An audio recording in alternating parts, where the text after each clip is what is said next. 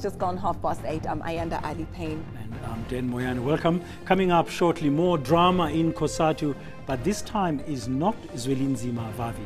We'll bring you details on that story in a moment. That's right. We'll also take a look at your weather forecast. But first, though, let's take a look at our top story. And I suppose weather could also have some sort of way in this story. Maritime officials are starting to move the Kiani Satu off the rocks near Knysna. Yesterday, officials were struggling to clean up the mess following an oil spill. For an update, let's now chat to ENCA correspondent Chris van Vuuren, who is in Knysna. Chris, a very good morning to you. Thanks again for joining us.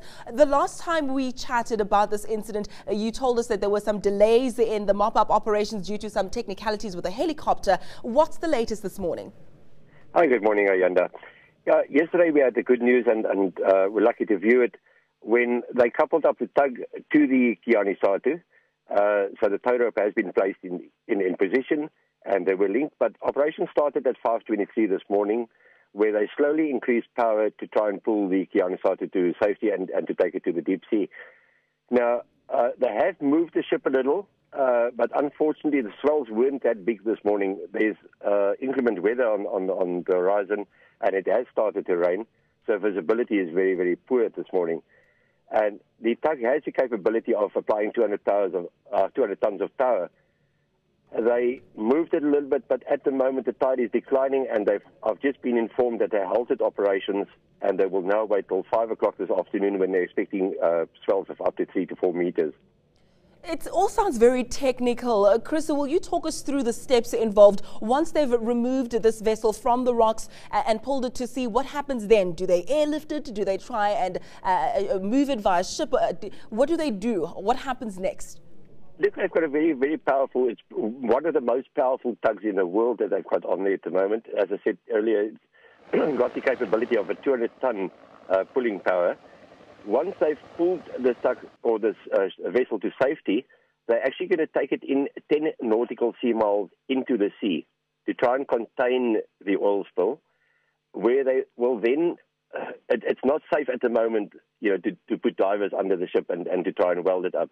They will then try and ascertain and see what the damages are to the ship, and obviously from there plan which port they will take it to.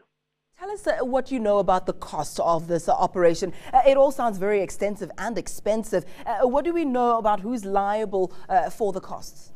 Well, we're lucky in this respect. It's not like the previous ships that ran aground in South African waters. The insurance company has indicated that they take a full responsibility and they will pay for the whole operation as well as the clean-up operation afterwards. So there will be no cost to the South African taxpayer or to the government. Let's take a look at the environmental ramifications now. That oil spill, last time we spoke about it yesterday morning, was it was extensive. Has it been contained, or is it still guzzling out? Well, the oil is still guzzling out. There is still on a constant stream oil coming out. We had fortunate to be close up onto the ship yesterday, and we saw the oil spills. It looks like mud running onto the sea, onto the coastline, and it didn't look good. Luckily, at this stage, there's not a lot of ecological problems. So the Cape Nature has managed to contain it very, very well. They have put barriers onto the Hokama River and the area to try and prevent it from coming inside, into the coastline.